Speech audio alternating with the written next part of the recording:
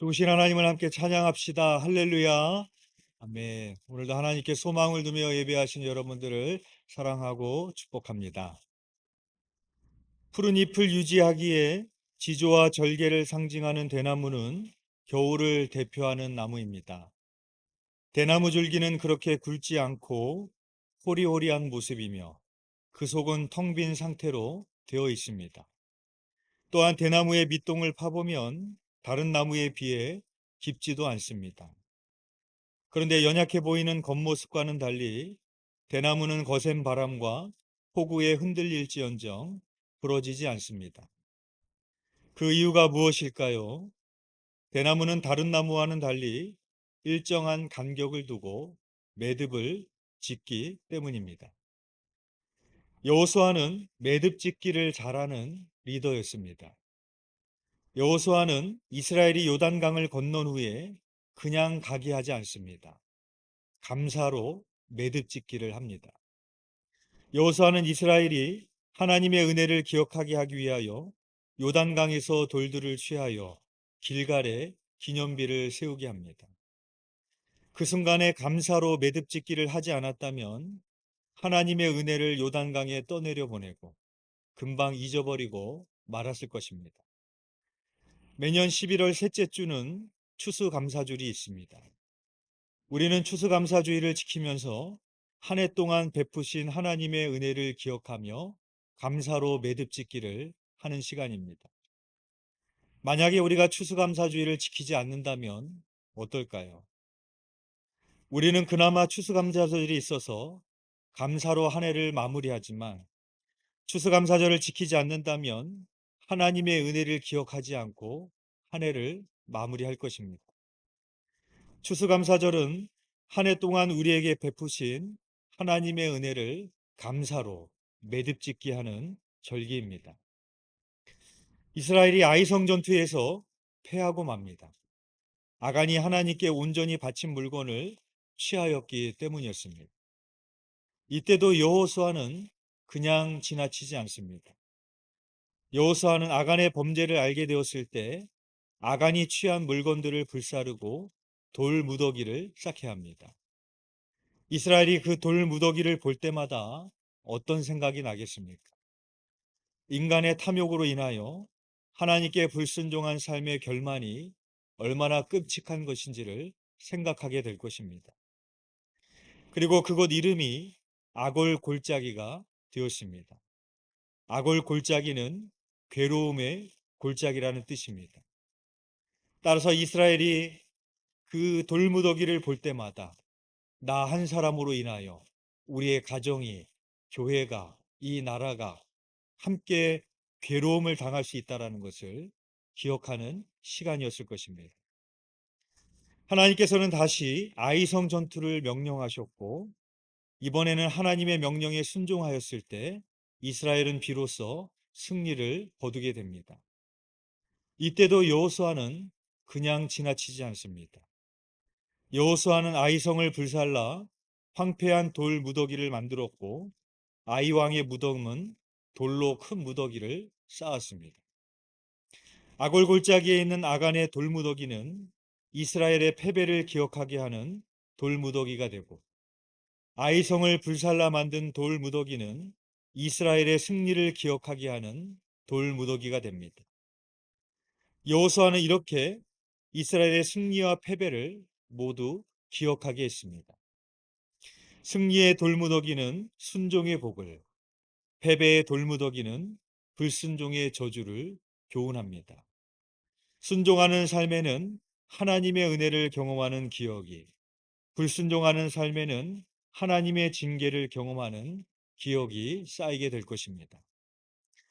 여호수아는 이렇게 매듭 짓기를 잘했습니다.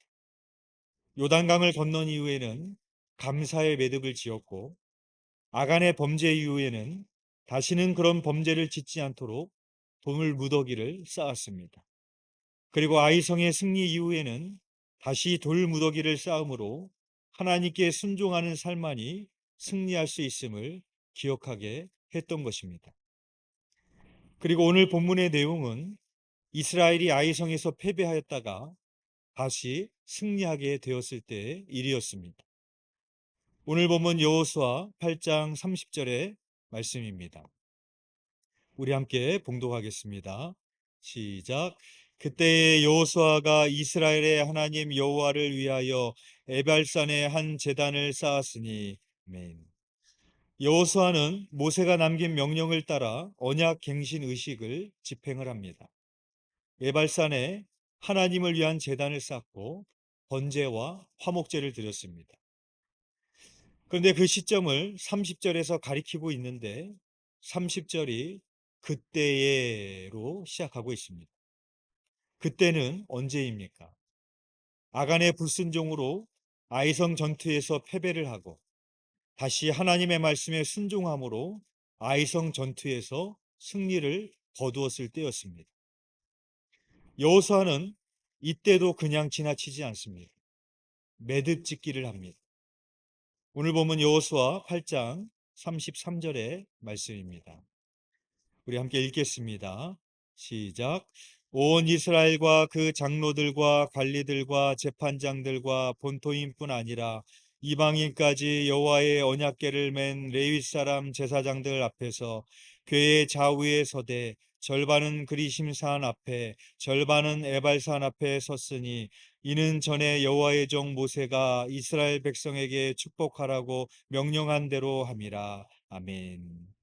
하나님의 언약궤를 기준으로, 그러니까 하나님의 말씀을 기준으로 여섯 지파는 그리심산 앞에 서게 하고 나머지 여섯 지파는 에발산 앞에 서게 했습니다. 그리고 여호수아는 율법책에 기록된 말씀을 읽습니다. 그리심산 앞에 선 지파에게 축복의 말씀을 선포합니다. 내가 하나님 여호와의 말씀을 청종하면 이 모든 복이 내게 임하리니 성읍에서도 복을 받고 들에서도 복을 받을 것이며 내 광주리와 떡반죽 그릇이 복을 받을 것이며 내가 들어와도 복을 받고 나가도 복을 받을 것이니라. 이렇게 율법을 선포합니다. 그러면 그리심산 앞에 서 있는 지파들이 아멘으로 응답을 하는 겁니다. 그리고 이번에는 에발산 앞에 서 있는 지파들을 향해서 저주의 말씀을 선포합니다.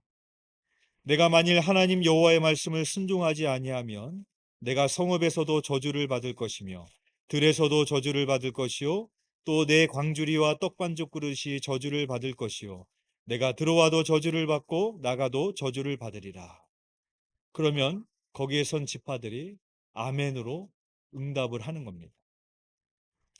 지금 여호수아가 왜 이것을 합니까? 이스라엘이 요단강을 건너고 여리고성 전투와 아이성 전투를 치르며 지금까지 그들이 뼈저리게 느꼈던 것은 뭐였습니까? 하나님의 말씀에 순종했을 때 승리했지만 불순종했을 때는 패배할 수밖에 없었음을 지금 뼈저리게 경험하고 왔기 때였습니다. 바로 그때 매듭짓기를 하고 있는 겁니다.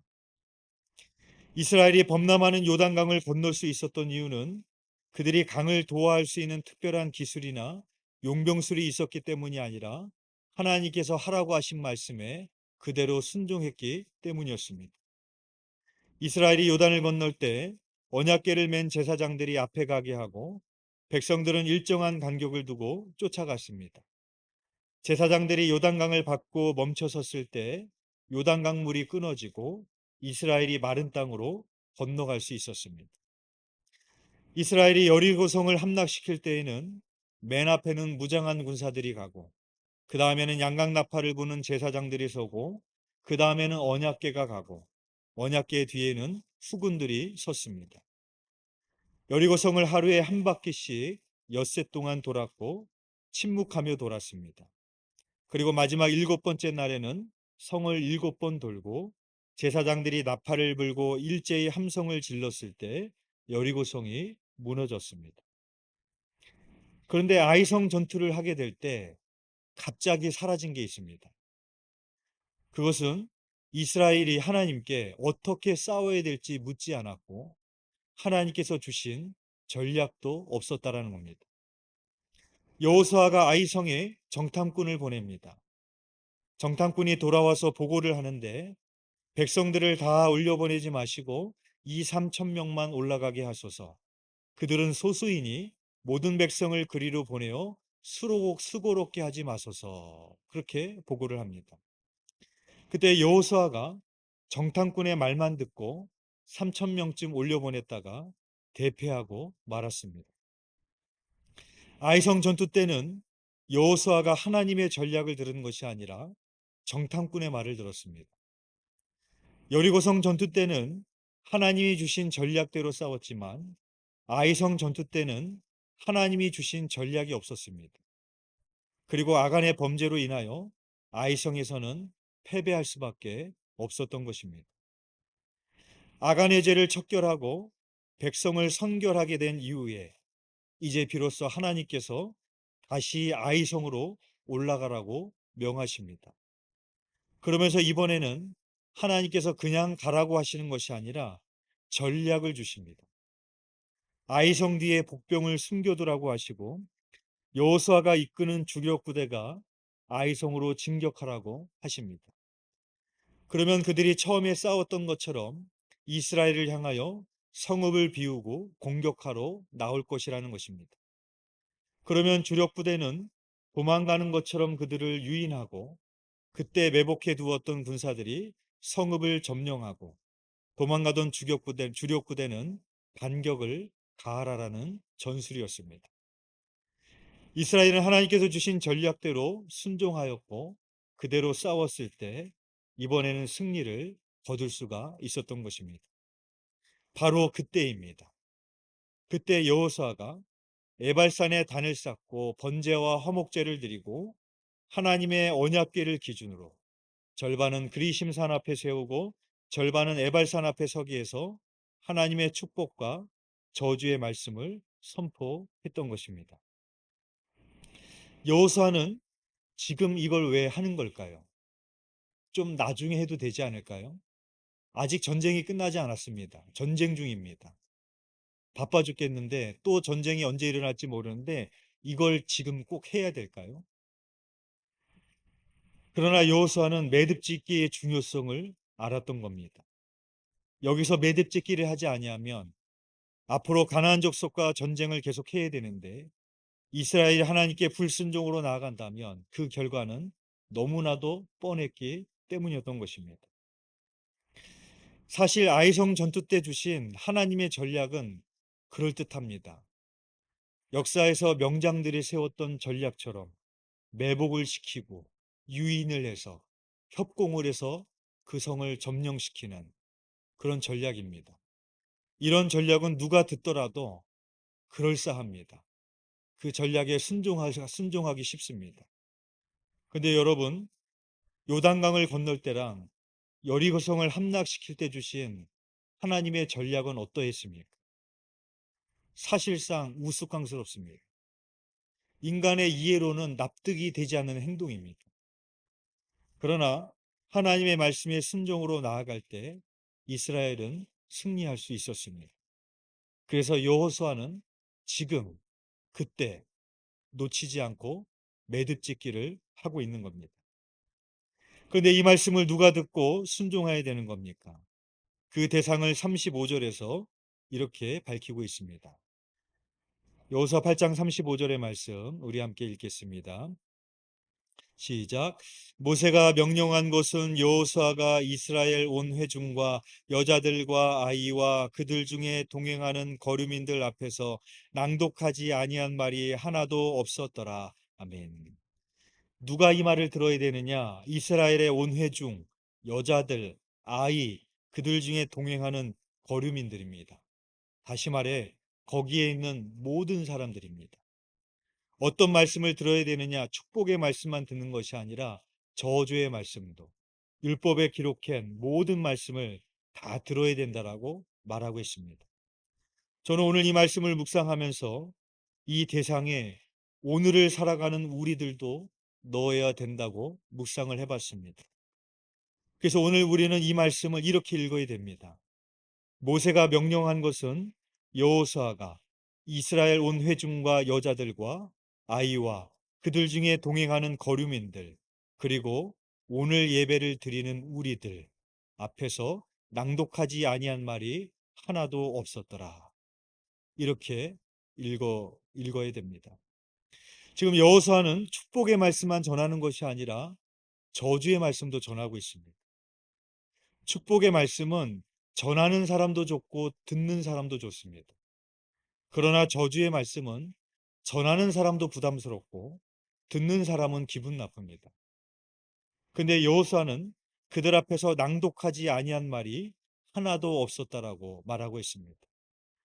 즉 축복의 말씀만 전한 것이 아니라 듣기 좋은 말씀만 한 것이 아니라 저주의 말씀도 가감없이 그대로 전했다라는 겁니다. 세계적으로 영향력 있는 미국의 복음 전도자 드와이트 무디 목사의 이야기입니다. 어느 날 무디 목사의 교인 가운데 양조장을 크게 짓고 계엄 예배를 드리게 된 사람이 있었습니다. 모든 순서가 지나가고 마지막 축도 시간이 됐습니다. 양조장 주인은 무디 목사가 양조장 사업이 발전하도록 기도해 주기를 바랬을 것입니다. 그때 무디 목사는 두 손을 높이 들고 이렇게 기도했습니다. 오 하나님, 이 양조장이 내일 문을 열기 위해 오늘 예배를 드렸습니다. 기도하옵나니 양조장이 열리지 않게 해주시옵소서. 이 문이 열리면 엄청난 술이 생산될 것입니다. 수많은 사람이 술로 하여금 타락하고 취해 정신을 잃을 것입니다. 오 하나님, 제발 오늘 밤 이 양조장 주인의 마음에 감동을 주셔서 내일 문이 열리지 않게 해 주시옵소서. 그렇게 기도했다고 합니다. 예배 후 축하 파티를 하려던 참석자들은 모두 당황한 모습으로 돌아가 버렸습니다. 그리고 양조장 주인은 밤새 고민에 빠졌습니다. 그리고 조용히 기도하던 그는 자신의 사업이 하나님의 뜻에 어긋난다는 것을 깨닫고 양조장 문을 열지 않기로 작정합니다. 그리고 후에 그 건물은 양조장에서 무디 신학교가 되었습니다. 저 역시 새로운 사업을 시작하면서 신방을 와달라고 요청을 받을 때가 있습니다. 그러면 가서 어떤 말씀을 전해야 될까요? 그분은 어떤 말씀을 듣기 위해서 저를 불렀을까요? 예, 100% 축복의 말씀입니다. 한 번은 사업장 신방을 갔는데 함께 신방을 동행해 주셨던 한 권사님이 저에게 이 찬송가 이거를 부르라고 가르쳐 주시더라고요. 그래서 뭔가 봤더니 복의 근원 강림하사, 네. 목사인 저에게 이런 찬송을 불러야 된다. 이럴 때는 이런 걸 불러야 된다. 이렇게 가르쳐 주시더라고요. 만약에 여러분 제가 사업장 신방 예배로 불러주셨는데 제가 무디 목사님처럼 말씀을 전하고 기도를 하면 어떻게 하시겠습니까? 하나님 말씀으로 들으실 수 있겠습니까? 아니면 시험 드셔서 교회를 떠나시겠습니까? 아니 축복해달라고 불렀더니 재 뿌리는 것도 아니고 재수없게 뭐 하는 거야? 그렇게 생각하시겠습니까? 주일날 강단에서 선포되어지는 말씀이 여러분의 귀에 듣기에 좋은 말씀만 들으시려고 하면 안 됩니다. 어떤 분들은 그래서 그런다고 그러잖아요. 오늘 목사님이 설교 시간에 나 깠다? 집에 가서 그런대잖아요. 목사님이 설교로 날 깠다는 거예요. 어느 목사가 말씀을 준비하면서 누구를 깔려고 설교를 준비하는 목사가 어디 있겠습니까? 만약에 여러분이 그것이 그렇게 들리셨다면 그것이 나에게 오늘 주시는 하나님의 말씀으로 들으실 수 있어야 됩니다. 그리심산 앞에서 축복의 말씀을 들으면서 아멘 하는 사람들은 기분이 좋겠지만 에발산 앞에서 저주의 말씀을 들으면서 아멘 하는 사람들은 얼마나 기분이 나쁘겠어요. 그러나 그들은 저주의 말씀에도 아멘으로 응답했습니다. 왜 그렇겠습니까? 그 저주의 말씀에도 내가 아멘으로 순종할 때 내가 그 저주의 심판대로 가지 않을 수 있기 때문인 것입니다. 제가 이 강단에서 죽음에 대해서, 부활에 대해서, 천국에 대해서 설교할 수 있습니다. 그런데 이 강단에서 전하는 것보다도 더 좋은 자리는 어딘가 하면 장례식장입니다. 과거에 정성찬 권사님 남편이 돌아가셨을 때 지방에 장례식을 치르러 간 적이 있습니다. 하나님을 믿지 않고 세상을 떠나시게 됐는데 장례식장에서 장례식을 진행하면서 보통은 위로의 말을 많이 합니다. 그런데 그날은 복음을 좀 강력하게 전해야겠다라는 그런 마음을 주셨어요. 그래서 위로보다는 복음을 전하는 설교를 했습니다. 그리고 남편의 장례를 마치고 나서 그때 하나님을 믿기 시작했던 분이 정선자 권사님입니다. 남편의 장례를 마치고 하나님을 믿기 시작하신 분이 정선자 권사님이었습니다. 그 장례식장은 바로 죽음이 있는 그 자리지 않습니까? 거기서도 매듭짓기를 하는 거죠. 나도 죽기 때문에. 그렇기 때문에 우리가 정말로 중요한 것이 무엇인지, 우리 또한 부활과 천국의 소망으로 살아가야 됨을 전할 때 그것이 더 강력하게 유가족들에게 전해질 수 있습니다. 오늘 살아가는 유가족들도 오늘 예배에 참석하셨는데 아버님 장례를 마치셨는데 장례를 마친 것으로 끝내시면 안 됩니다. 매듭짓기를 하셔야 됩니다. 우리도 죽습니다. 아버지를 뒤따라 나도 언제 죽을지 모르는 인생입니다. 그래서 우리는 매듭짓기를 하는 시간이 되어야 되는 것이죠. 우리는 2024년을 지나 2025년 새해를 맞이했습니다. 그러나 사실 1년이라는 주기는 사람들이 만들어 놓은 것이지 2024년이나 2025년이나 다를 건 없습니다. 그러나 1년이라는 시간을 정해놓은 것은 중요합니다. 왜냐하면 사람들은 새해가 되면 한 해를 돌아보기도 하고 새로운 마음과 결단을 하기 때문입니다. 그냥 시간이 흘러가는 대로 사는 삶과 한 해를 마무리하며 매듭짓기를 하고 새해를 맞이하는 삶은 같을 수가 없기 때문입니다. 그런 의미에서 우리가 날마다 말씀을 묵상하는 것은 대단히 중요합니다. 왜냐하면 날마다 묵상하는 시간은 우리의 하루를 매듭짓기를 하는 시간입니다. 말씀으로 나를 성찰하고 오늘 그 말씀에 순종하여 살아가기 위하여 매듭짓기 하는 시간입니다. 또한 주일날 목장 나눔을 하는 시간은 일주일의 삶을 매듭짓기 하는 시간입니다.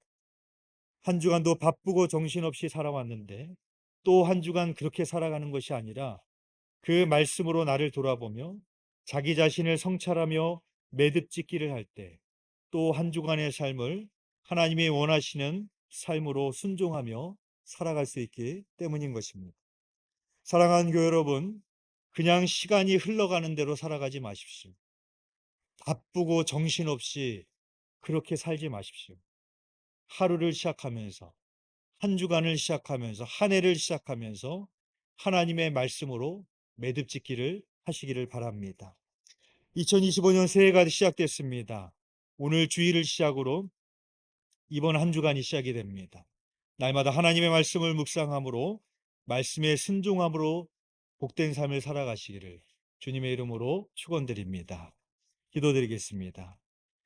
은혜와 긍휼이 풍성하신 하나님, 2025년 새해를 시작하며 하나님 앞에 나와 먼저 예배하게 하시고 또 이번 한 주간을 시작하며 먼저 하나님의 말씀 앞에 서게 하시니 감사를 드립니다. 우리는 매듭짓기를 하지 아니하면 감사도 잊어버리고 우리의 인생이 어디로 가는지도 모르며 그저 바쁘고 정신없이 살아가는 인생이 될 수밖에 없음을 깨닫게 하여 주시옵소서. 하루하루를 살면서 그 발걸음을 멈추고 그 말씀 앞에 서게 하여 주시고 그 말씀을 묵상함으로 깨달음으로 자기를 돌아보며 그 하루를 살아가는 우리의 삶이 될 수 있도록 주여 인도하여 주시옵소서. 주님께서 우리의 삶을 그렇게 인도하여 주실 줄 믿사오며 예수 그리스도의 이름으로 기도드렸사옵나이다. 아멘.